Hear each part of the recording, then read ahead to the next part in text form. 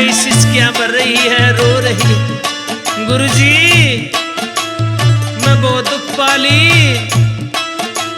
कहता मेरी बेटी तू ऐसे दरबार में आई है, तेरे को रोने की जरूरत नहीं है। बाबा में विश्वास कर, बाबा तेरी बिगड़ी जरूर बनाएंगे। ए मेरी बेटी, अब की बार जब संगत हमारी मेहंदीपुर में जाए तो आप बाबा के दरबार में जरूर चलना।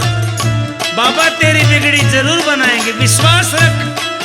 भगत बहाल सिंह जी दुखिया बेटी को रास्ता बताते कैसे।